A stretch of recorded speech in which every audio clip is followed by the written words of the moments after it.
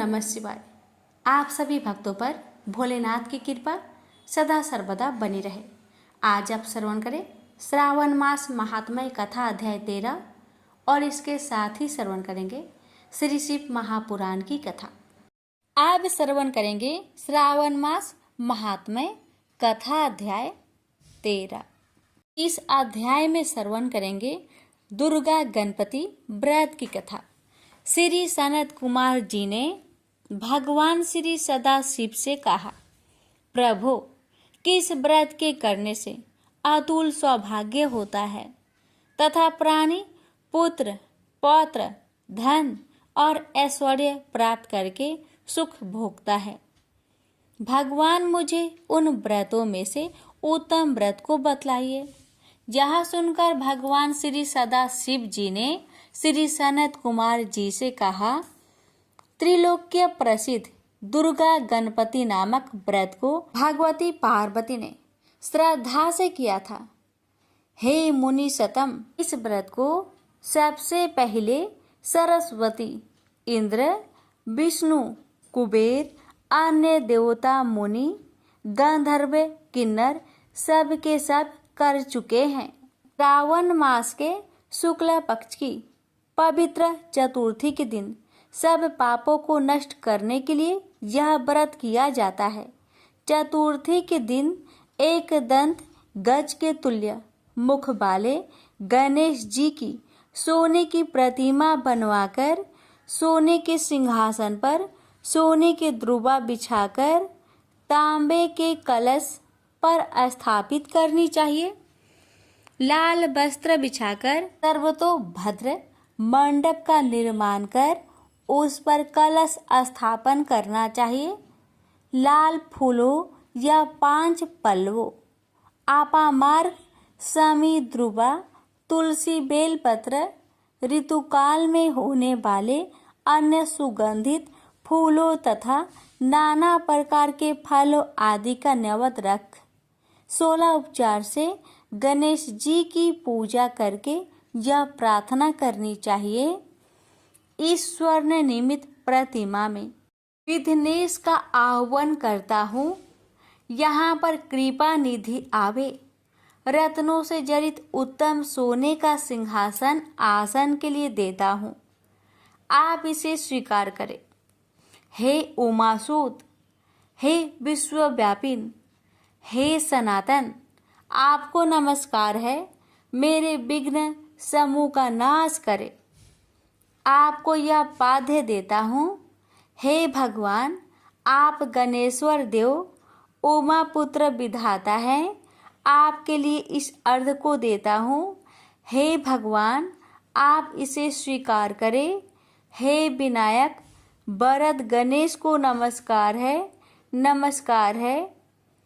हे भगवान, आप आचमनीय देता हूँ। हे सूर पुंगव, प्रार्थना द्वारा सब तीर्थों का जल आपके लिए लाया हूँ, ऐसे जल को आप स्वीकार करें।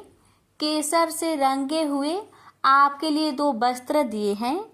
हे भगवान, आप स्वीकार करें, आपको नमस्कार है। उमा मंगल संभूत, आप सब विघ्नों को नाश करने वाले हैं। हे लंबोदर देव, इस चंदन को आप स्वीकार करें। हे सुरश्रेष्ठ, लाल चंदन चर्चित इन अक्षतों को मैंने भक्ति से चढ़ाया है। सुरश्रेष्ठ, इसे आप स्वीकार करें। चंपक, केतकी, जपा फूलों से मैं गौरी व्रत की पूजा करता हूँ। मुझ पर प्रसन्न हो। लोगों के अनुग्रह के लिए तथा दानों के बाधार्थ एक दंत, यह आपका पतवार है। हे भगवान, प्रसन्नता पूर्वक इस धूप को आप स्वीकार करें। सर्व ज्योति प्रकाशक, सर्व सिद्धि देने वाले आप महादेव के आत्मज हैं। इस दीपक को मैं आपके लिए देता हूँ, आपको नमस्कार है। नात्वा इस वैदिक मंत्र से लड्डू आदि तथा चतुर्विध अन्नों को और खीर, लड्डू आदि, कपूर तथा इलायची युक्त पान आदर से मुख में रखने के लिए दे रहा हूँ, अतः आप मुझे शांति दे। हे गणेश्वर, हे गणाध्यक्ष, हे गजानन, गौरी पुत्र, मेरा व्रत आपके प्रसाद से परिपूर्ण हो। इस प्रकार आपने वैभव के विस्तार हेतु विघ्नेश की पूजा करके सामग्री सहित आचार्य एवं गणाध्यक्ष से यह प्रार्थना करे, हे भगवान, हे ब्रह्मा गणराज, इसे आप दक्षिणा सहित स्वीकार करें। आपकी कृपा से मेरा यह व्रत पूर्ण हो। जो मनुष्य 5 वर्ष तक यह व्रत करके उद्यापन करता है, वह इस लोक में अपने सब मनचाहे पदार्थों को प्राप्त करके अंत में शंकर के लोक को प्राप्त करता है। यदि इस व्रत को 3 वर्ष तक करे तो सब सिद्धियों को प्राप्त कर लेता है और अंत में उसको शंकर के लोक की प्राप्ति होती है। इस उत्तम व्रत को जो प्राणी उद्यापन के बिना करता है, यथा विधि पूरा वर्ष व्रत करने पर भी सब न करने के समान अर्थात निष्फल हो जाता है। उद्यापन के दिन तिलों द्वारा स्नान करना चाहिए। फिर गणेश की 1 पल, आधा पल या चौथाई पल सोने की प्रतिमा बनवाकर उसको पंचगव्य द्वारा स्नान करवाकर द्रुबा से पूजा करनी चाहिए। मनुष्य को चाहिए कि इस मंत्र द्वारा पूजन करे। हे गणाधीश, उमापुत्र, अघनासन, आपको नमस्कार है। हे विनायक, हे ईश पुत्र, हे सर्व सिद्धि प्रदायक, हे हेमवक्त्र, हे मूषक वाहन, हे कुमार गुरु, आपको नमस्कार है। इन सभी नामों से अलग अलग पूजा करनी चाहिए। पहले दिन अधिवासन करना चाहिए और दूसरे दिन प्रातःकाल हवन करना चाहिए। ग्रह होम कर द्रुबा तथा लड्डू से प्रधान होम करना चाहिए। दूब तथा लड्डू के प्रधान होम के पश्चात पूर्ण आहुति करके आचार्य आदि ब्राह्मणों का अर्चन करें। अपनी शक्ति के अनुसार अधिक दूध देने वाली गाय बछड़े सहित दान करे। हे सनत कुमार, ऐसा व्रत करने से मनुष्य अपनी सभी कामनाओं को पूर्ण कर लेता है। शंकर भगवान ने श्री सनत कुमार से कहा, हे वत्स, मैं अपने प्रिय पुत्र के व्रत करने वाले पर प्रसन्न होकर उसे भूमि के सब सुखों को देता हूँ। अंत में उसकी सतगति भी करता हूँ, जैसे कि शाखा पर शाखाओं द्वारा ध्रुवा विधि को प्राप्त होती है, वैसे ही पुत्र पौत्र आदि संतति की वृद्धि होती है। हे सनत कुमार, मैंने यह गुप्त दुर्गा गणपति व्रत आपसे कहा है। यह अत्यंत उत्तम है। इसे सुख की इच्छा वाले मनुष्य को अवश्य करना चाहिए। प्रेम से बोलिए हर हर महादेव। प्यारे भक्तों, आज आप सभी श्रवण करेंगे शिव पार्वती चैत्र और पुष्प बानो उत्पत्ति की कथा। जी कहते हैं कि हे ब्रह्मा जी, आपके मुख कमल से शिव जी की आनंददायक कथा सुनते हुए मैं तृप्त नहीं होता हूँ। हे विश्व के रचयिता, मैं दिव्य सती शिव जी का चरित्र फिर सुनना चाहता हूँ। सती की उत्पत्ति कैसे हुई? महादेव जी का मन स्त्री करने में कैसे हो गया? कोप में सती ने कैसे शरीर त्यागा और हिमालय की पुत्री पार्वती कैसे हो गई? उनका उग्र तप, विवाद, कामनाश आदि कथाएं विस्तार पूर्वक मुझे सुनाइए। ब्रह्मा जी ने कहा, हे मुनि, अब पार्वती और शिव का अत्यंत पवित्र और गुहा से भी गुहा परम पावन और दिव्य यश को सुनो। पहले शिव जी निर्गुण, निर्विकल्प, रूप रहित, शक्ति रहित, चिन्ह मात्र, सत असत से परे, शिव स्वरूप, निर्विकारी और परात्पर दिव्य रूप एक ही थे। फिर उमा के साथ सगुण और शक्तिमान प्रभु हो गए, जिनके बाएं अंग से विष्णु और दाहिने अंग से ब्रह्मा उत्पन्न हुए। तभी से सृष्टिकर्ता ब्रह्मा पालनकर्ता विष्णु और लयकर्ता रुद्र हुए और तभी से सदाशिव के 3 रूप हो गए। अब मैं इन तीनों का आराधक हो गया। इनकी आराधना से मैं सुरासुर सहित मनुष्य आदि की सृष्टि करने लगा। मैंने ही सब प्रजापतियों को बनाया। मैं सभी प्रकार से उत्पन्न था। फिर मैंने मरीच, अत्रि, पुलह, पुलस्त्य, अंगिरा, कृतु, वशिष्ठ, नारद, दक्ष और भृगु को बनाया। जब मैं इन्हें उत्पन्न कर चुका तब मुझे कुछ माया का मोह आ गया और तत्क्षण मेरे भोग के बीच से संध्या नाम एक कन्या उत्पन्न हो गई, जिसको देखते ही मैं उठ पड़ा और मेरे पुत्र दक्ष और मरीच ने भी हृदय में सोच किया। तब मुझ ब्रह्मा के चिंतित होने की तत्क्षण एक सुंदर और अद्भुत रूप वाला प्राणी काले बालों से युक्त, श्याम मगज के समान स्थूल काय वाला और नीला सुंदर वस्त्र पहने कांता की तरह दोनों कटाक्षों को घुमाता हुआ आविर्भूत हो गया। उसकी श्वास से सुगंधित निकल रही थी और वह परम श्रृंगारित था। तब ऐसे पुत्र को प्रकट हुआ देखकर मेरे अन्य पुत्र में बड़ी उत्सुकता आई और उनमें विकारी भाव का संचार हो गया। उनका हृदय अधीर हो गया। उसी समय तत्क्षण प्रकट हुए उस पुत्र ने मुझको सिर झुकाकर प्रणाम करते हुए कहा कि ब्राह्मण, मुझे क्या आज्ञा है? मुझे उसमें लगाइए जिसके करने से मेरा आदर होवे। ब्रह्मा जी ने कहा, तुम सनातनी सृष्टि उत्पन्न करो। मैं वासुदेव और सभी तुम्हारे बस में हो। आज से तुम्हारा नाम पुष्पबाण होगा। तुमसे लोगों में आश्चर्य सदैव सुख का लक्ष्य और नित्य ही प्राणियों में मद उत्पन्न हुआ करेगा और तुम इसी प्रकार सृष्टि की प्रवर्तक बनो। मेरे ये पुत्र भी तत्व रूप से तुम्हारे नाम का स्मरण करेंगे। यह कहकर कमलासन पर बैठे ब्रह्मा जी क्षण भर के लिए मौन हो गए। ब्रह्मा जी ने कहा, इसके पश्चात सब मरीच आदि मुनियों ने उनका यह अभिप्राय जानकर उसका यथोचित नाम रख दिया। उन्होंने कहा कि तुमने उत्पन्न होते ही ब्रह्मा का चित्त मंथन कर दिया। इससे तुम्हारा पहला नाम संसार में मनमत होगा। तुम्हारे जैसा संसार में कोई नहीं है। इससे तुम्हारा दूसरा नाम काम होगा। तीसरा मोहन से तुम्हारा नाम मदन और चौथा कंदर्प इसलिए होगा कि तुम्हारे अंदर बहुत अहंकार है। तुम्हारे समान कोई देवता पराक्रमी और सर्वव्यापक नहीं होगा।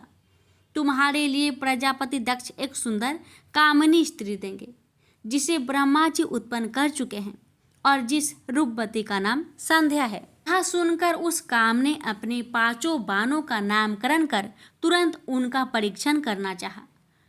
हर्षण, रोचन, मोहन, शोषण और मारन ये 5 नाम हुए। तो मुनियों के भी मोहक थे।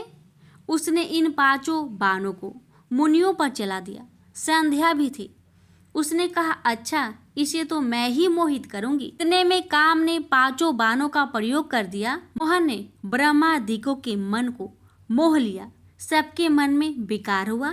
वे विकृत हुए। सभी बार बार संध्या को देखने लगे। उनमें काम की वृद्धि हो गई, जिनमें 49 भाव जागृत हो गए। संध्या में भी विकार आया। अभी ऋषियों पर कटाक्ष पात्र करने लगी। एक प्रजापति ने भी उसकी इच्छा की। मरीच, अत्रि और दक्ष आदि सब मुनियों इंद्रियों के विकार को प्राप्त हो गए। तब मुझे और मुनियों तथा संध्या को देखकर काम को अपने कर्म में विश्वास हुआ। अब पिता और भाइयों की पाप गति को देखकर काम को बड़ा दुख हुआ और उसने धर्म रक्षक प्रभु शिव जी का स्मरण किया।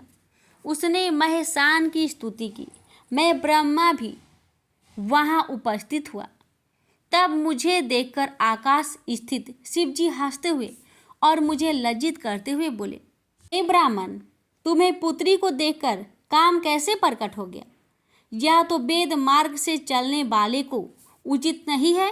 पान जन माता, बहन और भाई की स्त्री तथा कन्या को भूल कर भी कुदृष्टि से न देखे। फिर वेद तो तुम्हारे मुख में ही विराजमान है। जिसे काम मात्र से तुमने कैसे भुला दिया। फिर वे सर्वदा सूर्य दर्शन करने वाले दक्ष, मरीच आदि एकांत योगियों का चित्त स्त्री को देखकर कैसे मलिन हो गया। आज जिसके चित्त को स्त्रियां हरण कर लेती हो, उसके साथ शास्त्र संगति कैसी की जा सकती है। ब्रह्मा जी कहते हैं कि जब लोक पितामह शिव जी ने इस प्रकार कहा तो लज्जा के मारे क्षण भर में मैं पसीने से भीगा रहा। मेरा विकार हट गया, परंतु मेरे शरीर से जो पसीना गिरा उससे पितृगणों की उत्पत्ति हो गई। 64,000 अग्निवष्टा पितृगण उत्पन्न हुए। 86,000 बहरिषि पद पितर हुए, और जो दक्ष के शरीर से पसीना गिरा था उससे सर्वगुण संपन्न एक कन्या उत्पन्न हुई, जो मुनियों के भी मन को मोहने वाली थी और जिसका लोक विख्यात नाम रति हुआ। उसे देख क्रतु आदि भी खल्लित हो गए, और उनसे जो वीर्य भूमि पर गिरा उससे अन्य पितरों की उत्पत्ति हुई। इस प्रकार वह संध्या बहुत से पितरों को उत्पन्न करने वाली हुई। इसी समय शिवजी अंतर्ध्यान हो गए और उनके वाक्यों से लज्जित में कंदर्प अर्थात काम से क्रोध हुआ। मेरे क्रोध होते ही काम ने शीघ्र ही अपना बाण खींच लिया, जलती हुई अग्नि के समान जलने लगी। उससे पीड़ित होकर मैंने तथा अन्य ऋषियों और प्रजापति के काम को श्राप दे दिया कि जा तू शिव जी के बाणों से भस्म हो जाएगा।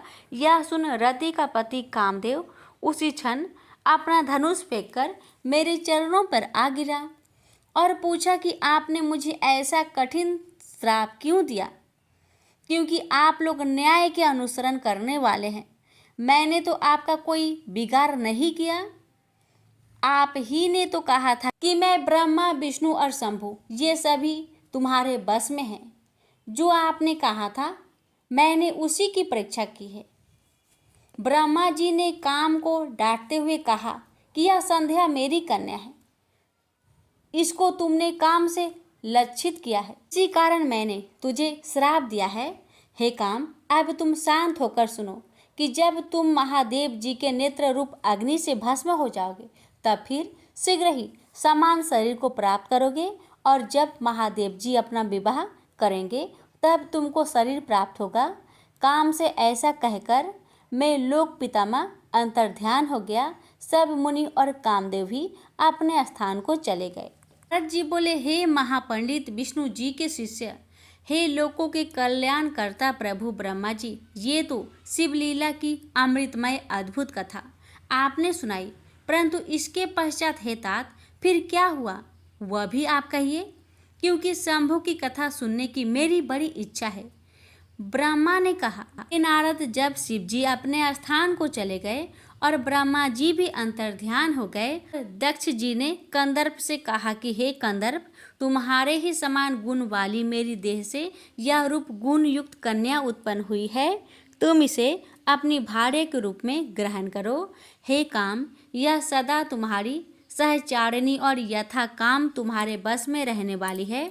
ऐसा कहकर दक्ष ने अपनी देह के पसीने से उत्पन्न स्त्री का रति नाम रखकर उसे कंदर्प के आगे कर दे दिया कि परम सुंदरी पुत्री से विवाह कर काम बड़ा प्रसन्न हुआ।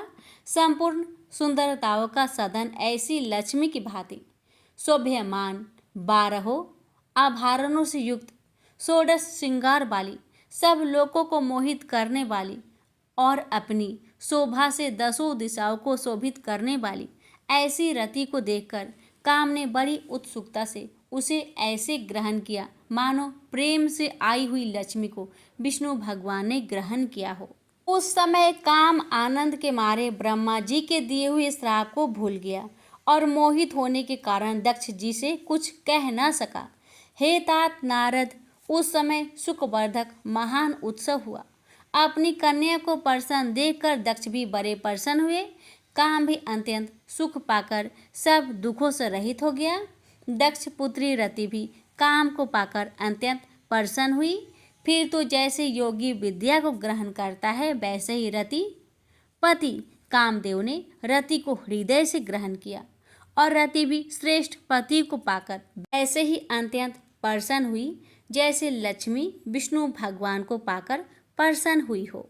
जी कहते हैं कि जब ब्रह्मा जी ने इतना कहा तब उनके वचनों को सुनकर मुनिश्रेष्ठ नारद जी ब्रह्मा जी से बोले कि हे महामते, आपने चंद्रमौली शिव जी की यह जो परम पावन कथा सुनाई है उसके लिए आपको धन्यवाद है। परंतु यूँ तो कहिए कि जब आप सभी महान देवता और प्रजापति दक्ष भी अपनी पुत्री रति को काम के साथ अर्पित कर चले गए, वहाँ संध्या ने क्या किया? विवाह उपरांत संध्या के चरित्र को मुझे बतलाइए। तब तत्ववेता ब्रह्मा जी भक्ति पूर्वक शंकर जी का स्मरण करते हुए बोले कि हे मुनि, तब तुम संध्या के उस चरित्र को सुनो जिसे सुनकर सब स्त्रियां पतिव्रता होती है। जो संध्या अपना शरीर त्याग कर अरुंधति हुई, उसे मेधा तिथि ने उत्पन्न किया था और वशिष्ठ जी ने अपनी पत्नी के रूप में ग्रहण किया था। इस पर नारद जी ने पूछा कि उसे मेधा तिथि ने कैसे उत्पन्न किया था और वशिष्ठ जी ने उसे कैसे ग्रहण किया। ये सब अरुंधति के चरित्र को मुझे तत्व रूप से सुनाइए। ब्रह्मा जी ने कहा, जब मैं अपनी कन्या संध्या को देखकर काम से पीड़ित हुआ किंतु शिव जी के भय से पतित नहीं हुआ और जितेंद्रिय ऋषियों का भी मन विचलित हो गया तथा काम के भाव को देख संध्या भी अत्यंत दुखी हुई और मैं काम को श्राप दे अंतर्ध्यान हो गया तथा शिव जी भी चले गए। तब आमर्ष को प्राप्त होकर मेरी पुत्री ने अधोपांत वृत्तांत पर गंभीरता से विचार किया और सोचा कि अब जैसे भी हो, यदि शीघ्र ही मेरे तथा काम आदि सबके पापों के समनार्थ उसकी शुद्धि का फल मुझे शीघ्र ही मिल जाए तो अच्छा हो, क्योंकि ब्रह्मा जी तो श्राप दे ही चुके हैं। भला मुझसे बढ़कर पापनी कौन है जिसे देखकर पिता और भ्राता भी काम की इच्छा करते हो। अतः मैं स्वयं ही इस पाप का प्रायश्चित करूंगी। वेद मार्ग से मैं अपने को अग्नि में जला दूंगी और ऐसी मर्यादा स्थापित करूंगी जिससे संसार में उत्पन्न होते ही मनुष्य इस प्रकार से कामी ना हो। मैं तप की कठिन मर्यादा का स्थापन कर शरीर त्यागूंगी।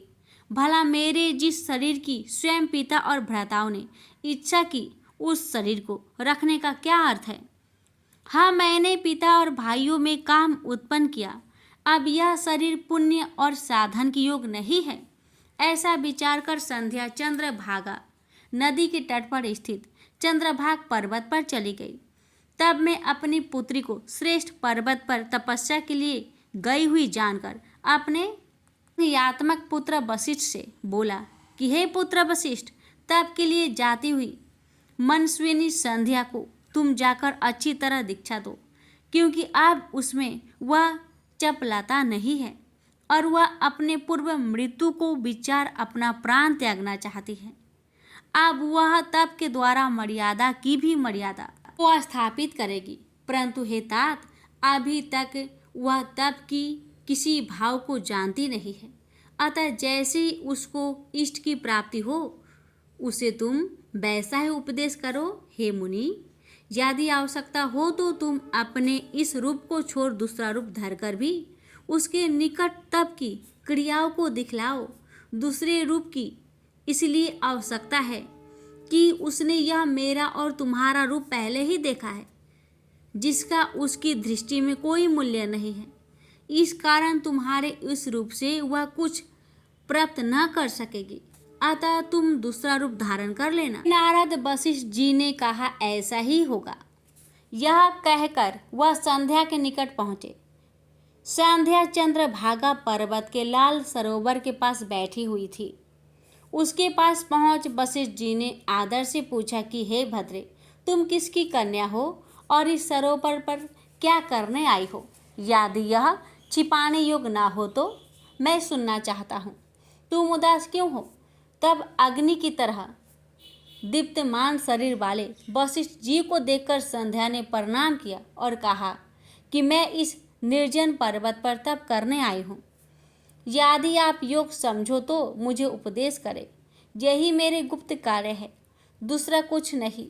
वशिष्ठ जी ने फिर कुछ नहीं पूछा, क्योंकि वे सब कुछ जानते थे। उस नियत आत्मा तप में उद्योग को धारण करने वाली संध्या से वशिष्ठ जी ने भक्त वत्सल शिव जी का स्मरण कर कहा, अच्छा तो तुम अब परम आराध्य शिव जी को मन में धारण कर उन्हीं का भजन करो, इससे तुम्हारे सभी मनोरथों की पूर्ति होगी।